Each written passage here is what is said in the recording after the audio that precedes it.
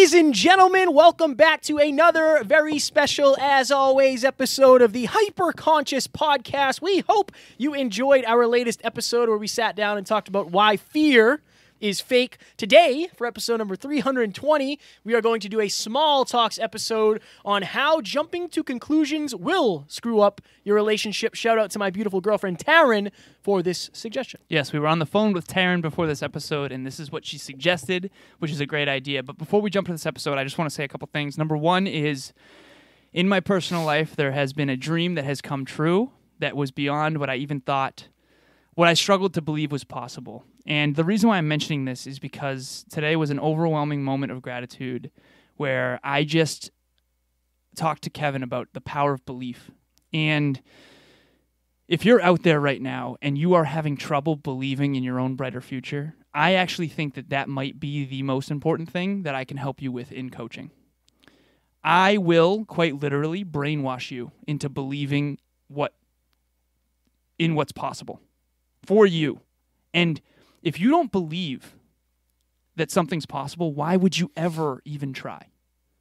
So the byproducts of belief is going to be personal growth, experiences you've never had, people you've never met, fears you've never faced.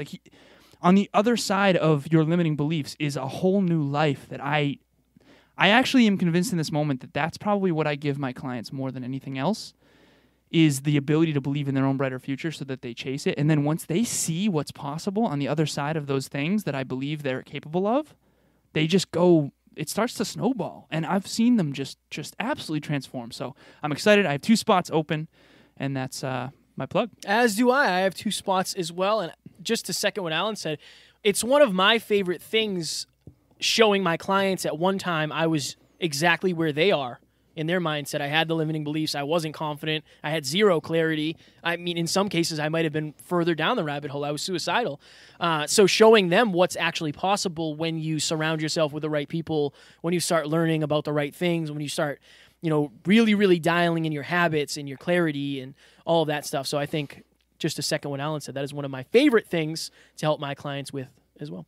All right. So Taryn suggested this because she called me when she was on her way home from Boston. Oh, yeah? And Alan said, hey, do you have a suggestion for an episode? And we're actually going to do a 5-minute clinic on this, but we're going to do a small talks episode on it. So the examples, Alan and I have had interesting weeks over the past couple of weeks. Oh, yeah. So one of my exes reached out to me and wanted to meet up just to kind of get closure.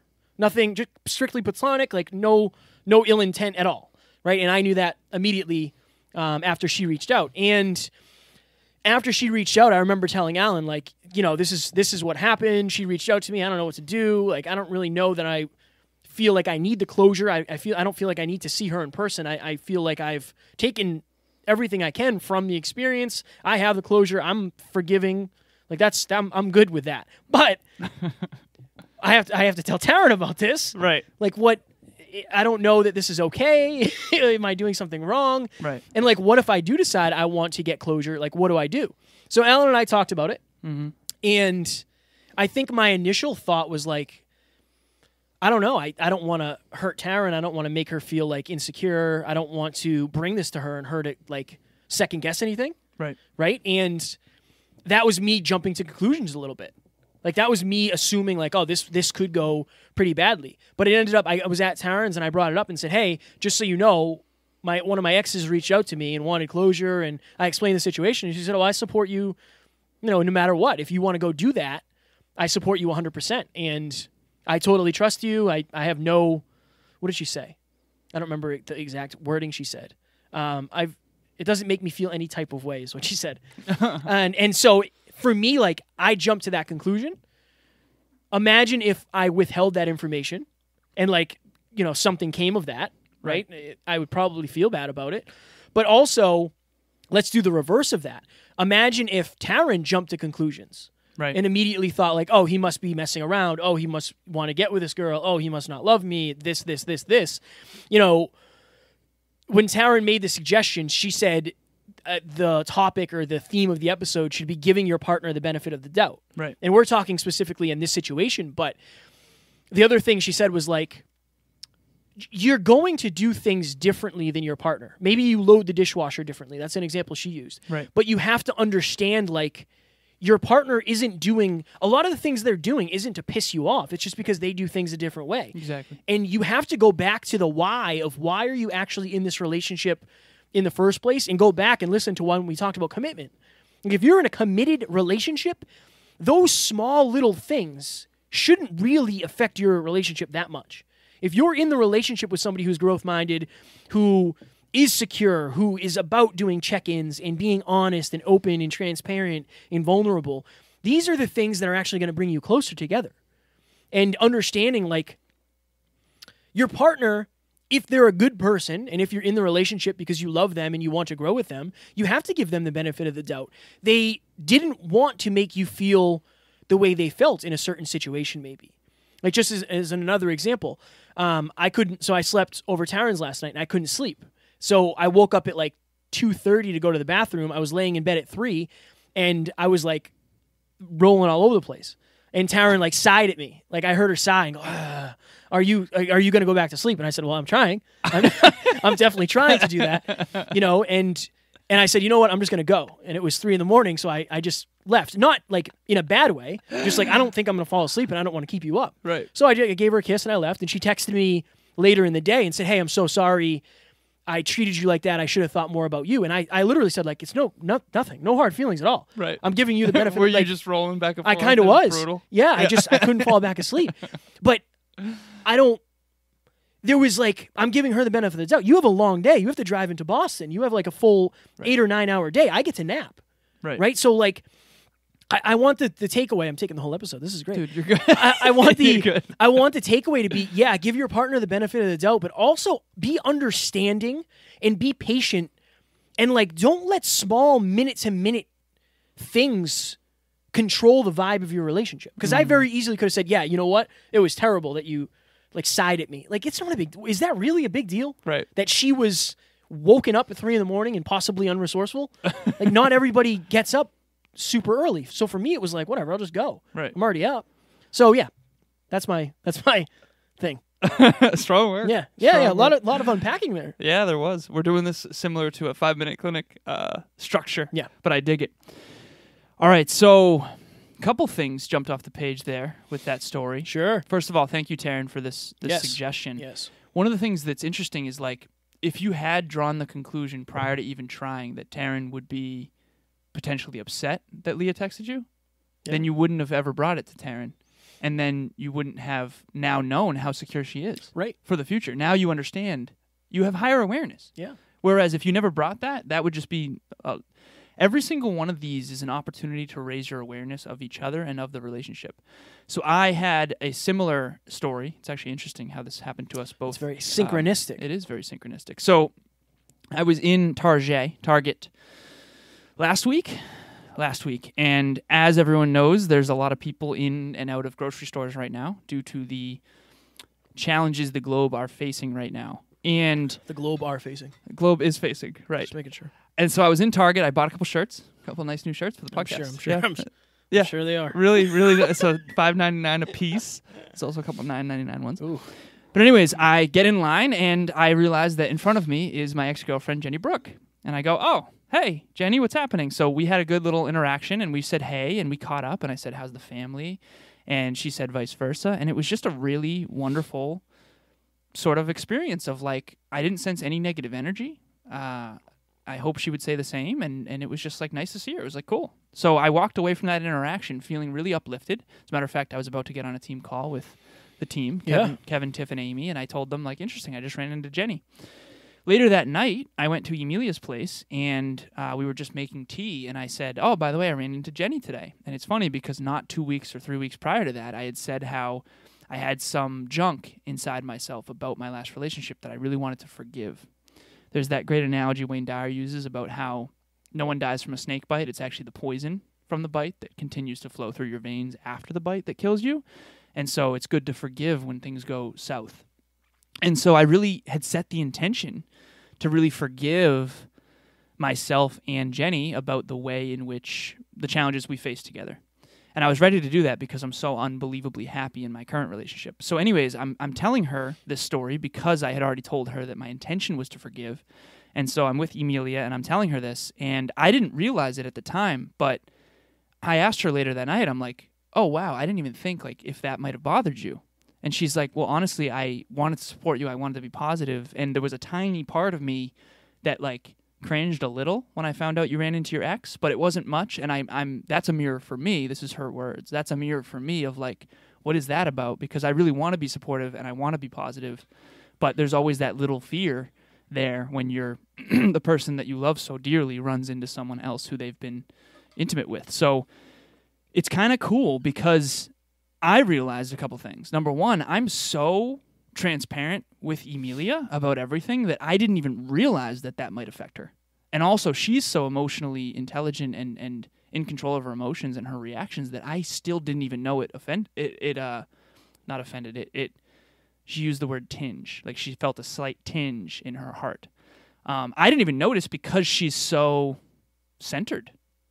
While I was telling the story, like I didn't notice her energy shift or anything. Maybe that's because I'm unaware, or maybe that's because she's so, emotionally centered. But that's a cool thing. So she gave me the benefit of the doubt. And here's an interesting thing as well. So whenever I set the intention at the beginning of my relationship with Emilia that I don't want anything to ever be kept from her.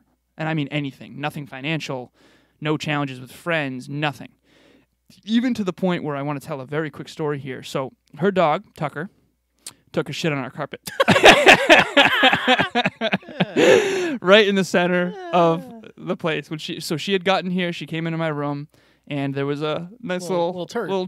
Right. I thought it was Kevin, but it was actually Tucker. I wasn't here that day. Yeah, Kevin wasn't here that day.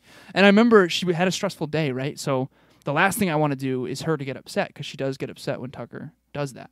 And so I'm thinking, like, you know what? I'll just pick it up and not tell her about it because I don't want to upset her and I want her to be in a peaceful state. And then I'm like, nope, I can't not tell her because she would want to know and I'm not going to keep anything from her. So it's a quick little story. I think full transparency is huge. That's not, in the past, I honestly probably would have, for lack of better phrasing, swiped that under the rug. Oh, literally. Right, literally. But the point is this, is if you give your partner the benefit of the doubt, they can handle it. And now I believe Taryn and Emilia both probably trust us even more than they did prior because we told them and gave them the benefit of the doubt. It's connected too. We've done a couple episodes throughout the history of the Hyperconscious podcast on having difficult conversations. That is exactly what this is. Like, You're giving your partner the benefit of the doubt that they can handle whatever that conversation is. But I also think it's patience too, because it's like you allowed Emilia to be frustrated with the fact that little Tucker crapped on the carpet. Yeah. And I think that you can get into the mindset of like, oh, you know what? My partner should never react that way. Like, oh, Taryn should never be mad that I wake her up at 3 a.m. I think a lot of people can think that way. And for me, it's like, it literally didn't offend me at all. I literally just got up and said, well, I'm just going to go. Like, I'm already up. What's the big deal? I'll get an hour start in the day. Right. And I think that having patience in your relationship and like, it's just super important understanding. Just understanding and being patient that, like, is it really... I use the toast story. Like, Taryn set the toaster oven on fire. And, like, I was like, oh, yeah, okay, whatever. I don't care. Like, it doesn't bother me literally at all. It was funny. It was fun because we bonded over it, and now it's a joke. And I just think... Right. I think you have to be patient with your partner and understand that at the end of the day, if they're doing the best that they can do with the information that that they've been given, or if they're doing the best that they can do with the stress that they're going through, or, different situations, I think that's why you love your partner in the first place. I love when Taryn does funny things like that. I genuinely do. I just do. I think it's so cute. Like when she snipped the lights on the Christmas tree. She was trying to cut a branch off the Christmas tree, and she cut all of their lights. And I was like, "You're lucky you didn't get electrocuted." But like, no part of me was like, "Oh my god!" Right. I thought it was hilarious. How much time did you guys spend putting those lights up? Oh, it took a while. It took a minute. To redo them all. It's a memory, and I think that you have to take that. That's one of the amazing parts of being in a relationship. Being able to share those awesome memories of going on a hike and seeing a beautiful sunset. That's just as important to me as talking about the time you lit the toaster oven on fire. Maybe I'm weird, but I think that's awesome. At the end of the day, like, if your partner is doing their best, genuinely, and you know they're doing their best, Right. be there to support them because that's only going to help you in the long run. And the key here is like, and I've realized this, you don't want your partner, don't try to make them feel bad. No. Ever. Because Right. even if there's this thing of like, it's like a subconscious control thing of like, well, if I make them feel bad about this, then they'll know not to do it in the Right. future. Yeah, humans are not dogs. Right. We're not children. We're not training a dog. Like, it's important to have emotional intelligence. And at the end of the day, you want your partner to feel good about themselves. Yeah. One last thing, real quick, before the timer goes off. Emilia said this to me, and it really hit home because I do this a lot, and I think it's really important for all of us to do this more. I had a really hard night this past week where I was totally in an unresourceful state, and my energy had shifted, and she asked me what was wrong, and I was like, not, even though I didn't understand what was wrong yet, but I basically said, no, I'm good, like, no worries. She basically said, all I did was put myself in your shoes. If I was unresourceful, what would I want from him? And that's just support. She was unbelievably sweet and kind, even when I struggled to be. And that's something that I intend to do, and I do frequently as well, is like, what would she... So, for example, I ran into my ex. When you're contemplating, and your mind goes like, should I talk about this? Remember, wouldn't you want to know? Like, let's say she ran into her ex. Wouldn't I want the benefit of the doubt of like, I can handle it, and you can tell me about it? So think about it that way, too. Like, imagine putting yourself in their shoes. Like, would you want to know that they ran into their ex? And would you want them to believe that you could handle it and have them bring it to you to build that trust? So, Fire episode. it was a good one. What was the... Oh, and the other thing Taryn said, too, that was a good thing. Like, we'll just leave it as a takeaway. We could do a whole episode on this. But your partner is not psychic. They have no idea. Like, they really have no idea what you're thinking unless you let them in. Right. And so if Alan didn't say I'm unresourceful, then Emilia might not have known that. She wouldn't know to reframe and put herself in that position. That's a whole other thing, too. Right. But that relies on the communication and the level of vulnerability in a relationship. I have to say one more Quickly? thing, too. Right. So Quickly? I told her that it has nothing to do with us. So if you want to reassure your partner, because if your partner's in an unresourceful state, our natural fear goes to, what did I do wrong? Right. So I reassured her. I said to her, literally, I said, sweetheart, you know this has nothing to do with you and I. And she's like, I didn't, but I appreciate you saying that. Now she can be fully supportive. Okay. All right. We hope you enjoyed this. On Friday, we are going to do a deeper dive into the Drive to 5. Look at that. Friday. It really flows. We'll go through some examples of what we learned from ourselves because we were the guinea pigs for this, but also our clients, our friends, people that we know, all sorts of different things, and how you can use it and leverage it in your life. We hope you will enjoy, and we will talk to you on the day of Fries. Friday. Bye. Talk to you soon.